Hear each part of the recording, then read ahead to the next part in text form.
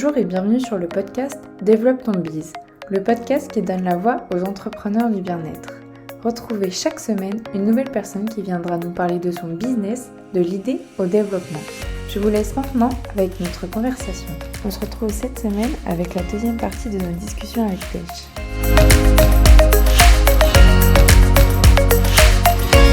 Sur ton site internet, tu parles aussi d'un autre programme, si on peut appeler ça comme ça s'appelle Comme au naturel. Oui, ça c'est ma formation du coup qui va ressortir en janvier 2021 parce que je suis en train de la peaufiner, de lui ajouter plein de belles choses pour qu'elle soit encore plus complète.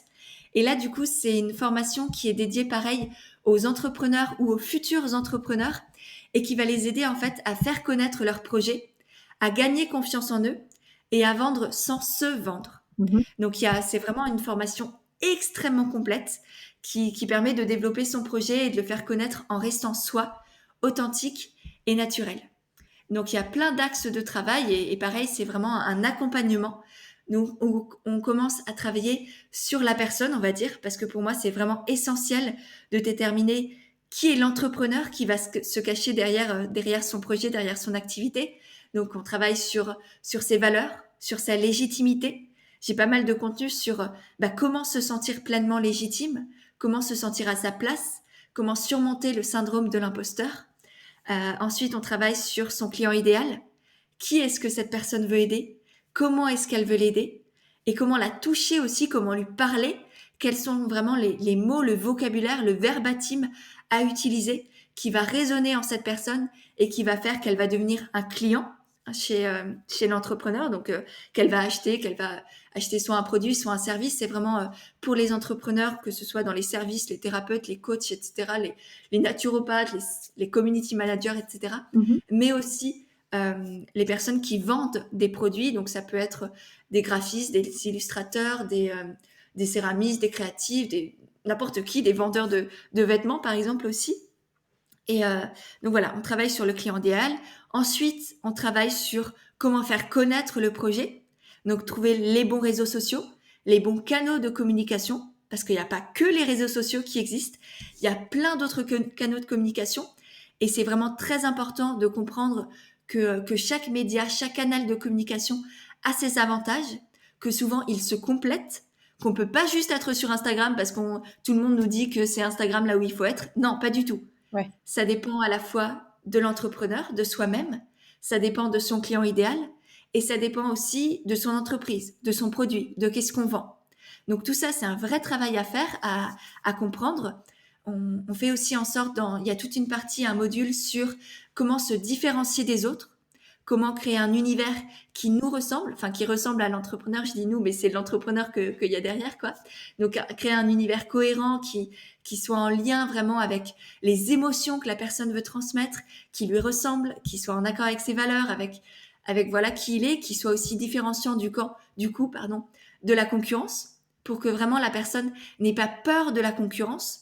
Et c'est d'ailleurs une thématique que je vais retravailler dans la nouvelle version qui va sortir en janvier, parce que j'ai plein de nouvelles choses à dire là-dessus qui me sont venues entre-temps. Donc c'est important pour moi de continuer à ajouter du nouveau contenu de tout ce que j'apprends continuellement dans cette formation.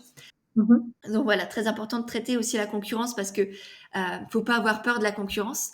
Donc ça permet de faire venir à soi les bonnes personnes et de ne pas avoir non plus à prospecter.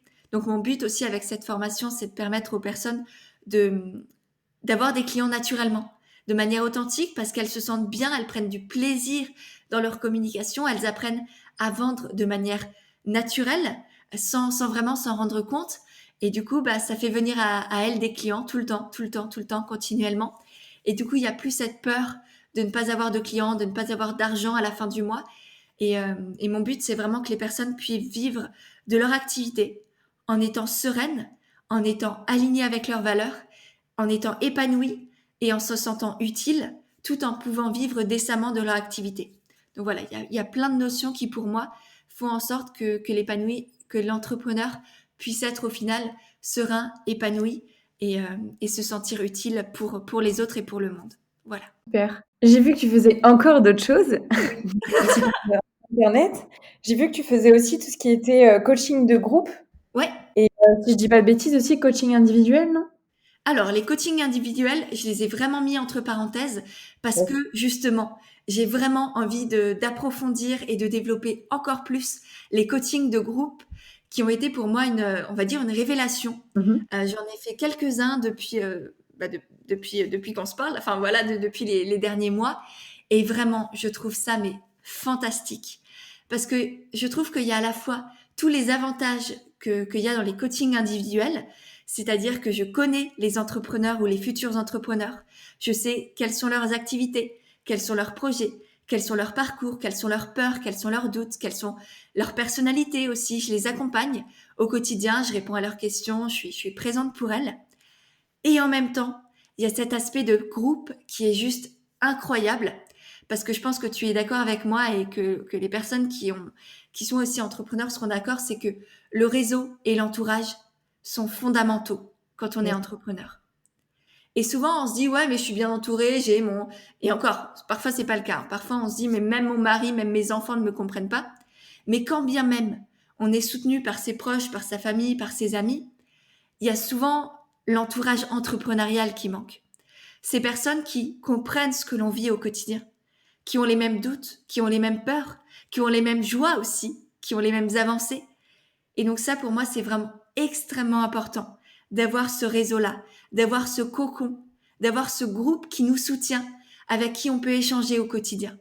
Donc c'est pour ça que pour moi, le coaching de groupe, c'est tellement puissant, c'est qu'on a à la fois l'aspect individuel avec moi en tant que coach qui vous suit, enfin, ou qui Mhm. suit les personnes, et en plus, cette énergie de groupe qui est absolument incroyable, cette cohésion, ce réseau et souvent là tous les groupes, les coachings de groupe que j'ai déjà eu et les groupes qui ont été formés, d'une part, durant le coaching, c'était incroyable, il y avait une synergie, une symbiose entre ces personnes qui ne se connaissaient pas de prime abord et qui en fait, on va dire, grâce à moi et sans prétention, avaient les mêmes valeurs. Parce que du coup, mon client idéal, moi, je le connais, je sais qui elle est. Et du coup, les personnes viennent souvent à moi et partagent les mêmes valeurs, partagent la même vision du monde. Du coup, elles se retrouvent dans ces coachings de groupe, elles partagent le coaching entre elles, enfin, et du coup, elles se soutiennent, elles se passent des conseils, elles échangent entre elles sur toutes les thématiques qu'on aborde. Du coup, ça leur permet de grandir durant le coaching. Mais en fait, ce réseau-là, ce coaching, c'est comme s'il durait sur du long terme. Parce que là, même les premières coachées que j'ai eues il y a bien 6 mois, elles sont encore en contact entre elles. Yes. Elles sont encore en train de créer des projets ensemble, de se soutenir, que ce soit de se faire des retours sur Instagram, de partager leurs posts, voilà, il y a une vraie cohésion qui s'est créée. Et je trouve ça magnifique parce que les groupes, les différents groupes, là, ils continuent de vivre sans moi. Et alors, j'ai dû mettre mon ego de côté au début, je dois l'avouer, parce que ça fait bizarre, du coup, d'être au départ à l'initiative de quelque chose et en fait de voir que ça vit sans nous. Ouais. Et en fait, avec le recul, c'est juste magnifique. Et c'est le plus beau cadeau que ces personnes aient pu me faire parce que je me rends compte de l'impact que j'ai pu avoir au début. En fait, je les ai rassemblés, entre guillemets, je leur ai donné beaucoup, beaucoup durant le coaching. Et ensuite, bah, elles continuent de vivre ensemble et de se soutenir. Et c'est juste magnifique. Donc, c'est pour ça qu'aujourd'hui, je me concentre vraiment sur le coaching de groupe Ok. qui là, pareil, la prochaine section va être en janvier 2021. Donc, j'ai extrêmement hâte de voir les coachings que je vais avoir. J'ai d'ailleurs déjà plusieurs personnes qui sont inscrites parce que de la session précédente qui pouvaient pas. Enfin bref, donc voilà, j'ai une petite partie de l'équipe qui est formée. J'attends de voir avec grande hâte et curiosité qui va nous rejoindre parce qu'à chaque fois, c'est une vraie aventure humaine. C'est une aventure à la fois entrepreneuriale, humaine et personnelle, que ce soit pour moi et pour les personnes que j'accompagne. Donc voilà, j'ai 2 gros projets là pour 2021, pour janvier même 2021, à la fois le retour de la formation comme naturel et ce coaching de groupe qui revient et qui va être encore incroyable, j'en suis certaine. Ouais, ça a l'air vachement intéressant comme mode de coaching. Ouais, vraiment, c'est transformateur parce qu'il y a à la fois, on travaille sur l'état d'esprit des personnes, la confiance en elles. Enfin, tu vois, je remets à chaque fois mes deux univers, mes deux gros sujets du perso Ouais, ouais. et de l'entrepreneuriat pour les former, pour les accompagner. Et ouais, c'est magique. Et justement, c'est des coachings de combien de personnes à peu près?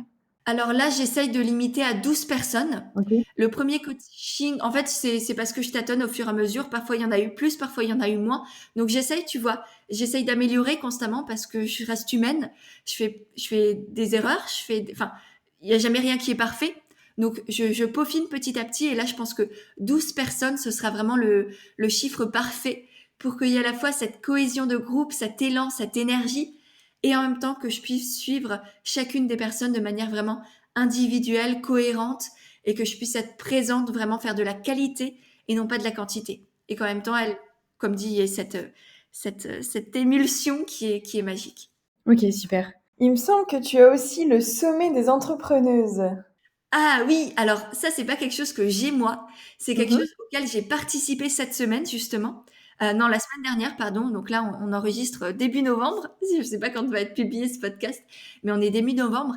Et du coup, c'était un sommet qui était organisé par une autre entrepreneuse justement, qui m'avait contactée pour effectivement participer à ce sommet-là, qui en fait était un rassemblement, on peut dire, de plein d'entrepreneuses. Donc on était 27 entrepreneuses à proposer des conférences tout au long de la semaine sur différentes thématiques. Donc voilà, c'était effectivement un très bel événement et un grand moment pour moi, plein de bonheur parce que c'est quelque chose que j'aime énormément faire des conférences, faire des ateliers, faire des séminaires, des choses comme ça. Mmh. C'est vrai que la période actuelle est assez compliquée pour tout ça. Donc là, participer à ce sommet, c'était vraiment un grand, grand bonheur pour moi et de partager ça avec toutes ces autres femmes extrêmement inspirantes.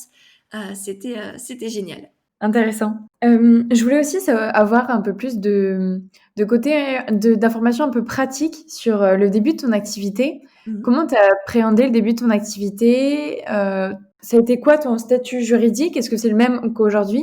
Et hem et voilà, comment en fait tu es passée à l'étape supérieure, à la création de ton entreprise, de ta micro-entreprise et tout ça?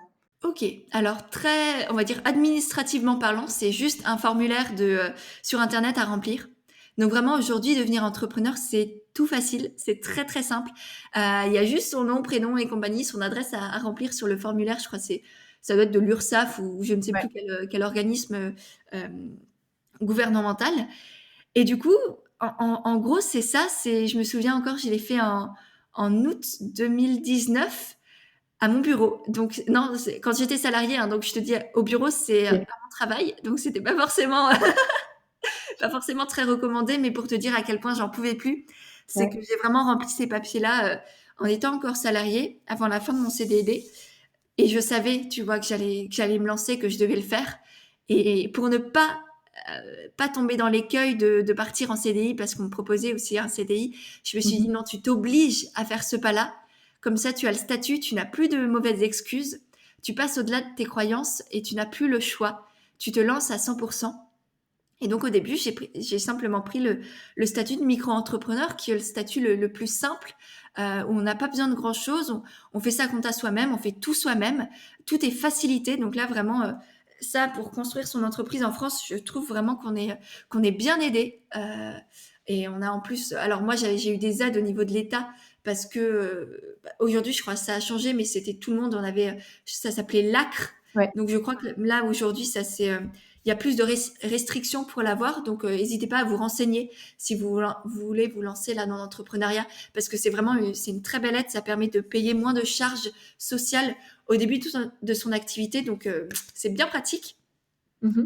Aujourd'hui, effectivement, je suis en train de voir pour changer de statut, pour passer au niveau de la société, parce que au bout d'un moment, quand tu fais beaucoup de chiffres d'affaires, voilà, tu commences à déléguer. Donc là, je commence à déléguer pas mal de choses. Tu commences à payer beaucoup, beaucoup de taxes. Je suis passée à la TVA il y a quelques mois, donc là aussi, tu as moins 20, t'as 20% de ton chiffre d'affaires qui part à l'État. Je peux vous dire que ça fait bizarre parce qu'à la fin, en fait, quand tu pouvais gagner avant 4 000 euros, et ben là, tu gagnes peut-être 2 000 euros. Donc vraiment, tu Ouais. divises ton salaire par deux sur tes ventes. Donc ça fait mal. Mais en même temps, bah, c'est le jeu. En France, on a plein d'autres aides. Je ne crache pas sur tout ce qui est, bah, on a de la chance, là, que ce soit la sécurité sociale, l'école, tout ça. Donc voilà, on est quand même choyé en France et je sais que ça sert pas à rien, disons, même si parfois c'est frustrant, il faut bien l'avouer. Mais voilà, donc j'ai toujours ce même statut de micro-entrepreneur, qui d'ailleurs pour moi est extrêmement dévalorisant. Je comprends pas pourquoi. Enfin, micro, Mm. voilà, on est entrepreneur, quoi. Il n'y a pas de petit enfin, je pense que parfois c'est même plus compliqué d'être entrepreneur solo que d'être entrepreneur dans une société. Et voilà, enfin, bref, j'aime pas ce terme-là me débecte un peu, disons ça, mais voilà, j'ai toujours le même statut, ça tend à changer, mais pour le moment, c'est pas encore le cas. Ok. Et tu parlais justement de déléguer. Je voulais savoir sur quel axe tu étais en train de déléguer et si c'était une tâche assez simple ou pas. Ok, alors ce que je délègue aujourd'hui, c'est plus les choses où j'apporte pas forcément de valeur. Ouais. Donc ça va être par exemple le Pinterest. J'ai délégué mon Pinterest aujourd'hui. Donc je fais moi-même les épingles, mais la personne se charge de les mettre sur Pinterest et de faire vivre en fait mon compte Pinterest. J'ai délégué aussi la création de visuels sur Instagram. Donc aujourd'hui, en fait, cette personne est à la fois community manager et graphiste. Du coup, elle m'a fait des super visuels sur Instagram qui me permettent moi juste de simplement rajouter mes petites phrases, mes petites citations, mes extraits de mes posts. Donc ça me facilite grandement la vie. Mhm. Ça me permet d'avoir un univers, enfin un feed Instagram cohérent, qui me ressemble, qui soit original aussi, et sans me prendre la tête. Donc ça, c'est ce que je lui délègue. Je lui délègue aussi une partie de, du traitement de mes podcasts, donc c'est-à-dire le montage des podcasts, le montage des vidéos également. Donc c'est vraiment les choses où moi j'apporte pas de valeur. Ouais. C'est pas mon, voilà, c'est pas, j'écris toujours mes posts Instagram, je réponds à tous les messages, je réponds à tous les emails, je fais toutes mes stories, je fais tout ce qui est en rapport direct avec les personnes, si tu veux. Mhm. Tu vois, parce que c'est trop précieux pour moi. C'est vraiment aussi ce qui me nourrit, mine de rien. Et ce que j'aime faire, je suis là pour booster, je suis là pour encourager, pour donner confiance en elles aux personnes, pour donner des conseils. Donc, ça n'a pas de sens si c'est plus moi qui fais tout ça. Donc voilà, je délègue la partie un peu dans l'ombre, là où j'ai pas forcément de plus-value, si tu veux. Yes.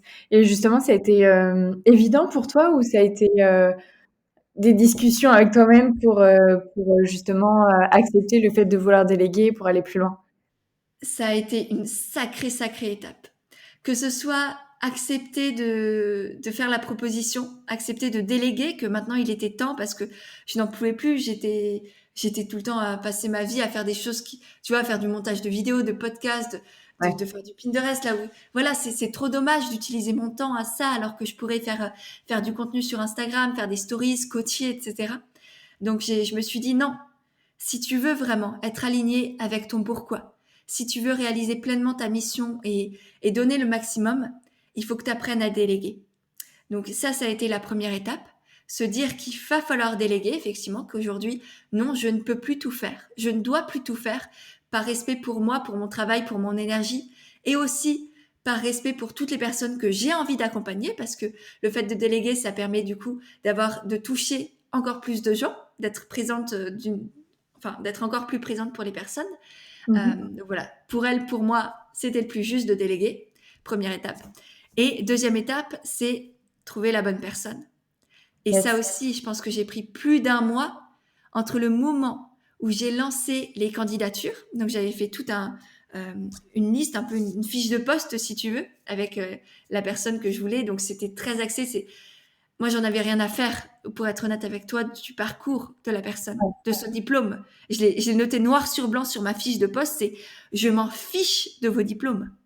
Ce que je cherchais, c'était une personnalité, des valeurs, une certaine ambition, une certaine manière de voir le monde, de voir la vie, et voilà, un fit en fait. C'était une énergie, c'était une personne que je cherchais. C'était pas des compétences. C'était vraiment une personne qui puisse m'accompagner sur le long terme, qui soit en accord avec mes valeurs, qui ait une vision aussi pour moi, qui soit animée par la mission de mon entreprise. Parce qu'aujourd'hui, PHI Églantine, c'est pas juste moi, c'est une vraie entreprise, c'est un univers, ça ira loin, je le sais. Et j'en ai envie et je le sais, je ferai tout pour ça. Et cette personne, du coup, que j'ai choisie est aussi là pour ça, pour m'épauler et à cette même vision-là. Donc voilà, c'était vraiment cette fiche de poste, c'était plus une personnalité, des valeurs et une vision aussi que je recherchais. Et là, j'ai mis 1 mois et demi, je pense, à trouver la bonne personne, à tâtonner. J'ai fait un vrai process de recrutement, en fait. Ok. Au début, c'était juste par email. Ensuite, j'ai fait des calls avec les personnes et de fil en aiguille, il y en avait de moins en moins. Et puis à la fin, il y en a eu 2, 3, voilà. Et puis la dernière, et c'était vraiment très, très compliqué, vraiment. Ouais, complètement, je me doute. Est-ce que tu aurais des ressources à nous recommander, que ce soit des podcasts, des livres, des rendez-vous, des formations, peu importe, qui t'ont vachement aidé dans le développement de ton business? Alors, moi, je suis une grande fan effectivement de livres et de podcasts. Alors, pour Ouais. les livres, je ne sais pas s'il y en a qui m'ont vraiment aidé dans mon cheminement entrepreneurial, dans le lancement de mon entreprise. Donc là, j'en ai pas forcément. Mmh. À part des livres, peut-être si, sur la confiance en soi, parce que comme je l'ai dit tout à l'heure, c'est juste la base de la base. Un livre qui m'a beaucoup aidé, c'est Écoute ton corps de Lise Bourbeau. Alors, de prime abord, il est effectivement sur le rapport au corps, le rapport à soi, mais pour moi, tout est lié.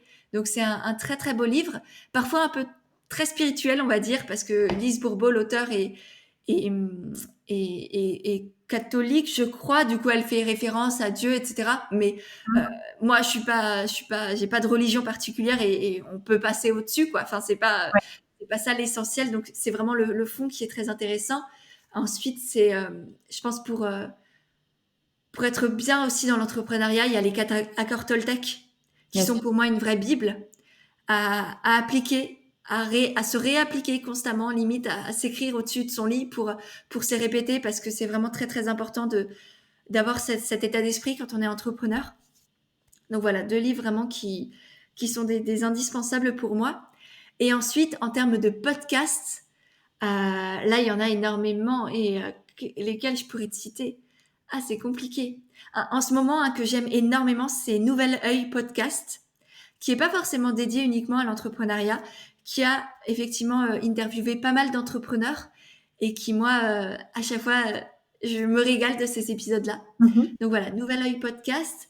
Et j'ai pas. Attends, j'attrape mon téléphone pour regarder ce que j'écoute. Donc on est en direct, hein, les gars. Il y a Tribu Indé, si vous êtes Ouais. freelance, qui est très très chouette, qui est là par contre beaucoup plus technique, beaucoup plus entrepreneurial. Il n'y a pas du tout enfin très très peu de développement personnel. In Power de My Better Self de Louise Aubéry, qui est très chouette, notamment, bon, c'était plus au début où elle interviewait essentiellement des entrepreneurs. Là, elle va dans d'autres milieux, mais très chouette aussi. Euh, voilà. Après, c'est vrai que j'écoute aussi beaucoup plus de podcasts dev perso, tu vois, ou réflexion, parce que j'avoue que dans mon milieu, dans l'entrepreneuriat, j'essaye aussi de me couper des personnes qui sont dans ce milieu-là pour me nourrir d'autres choses. Ouais. Parce qu'à force d'avoir la tête dans le guidon, tu vois, j'ai besoin de sortir, de respirer, de voir autre chose, d'entendre autre chose que juste l'entrepreneuriat.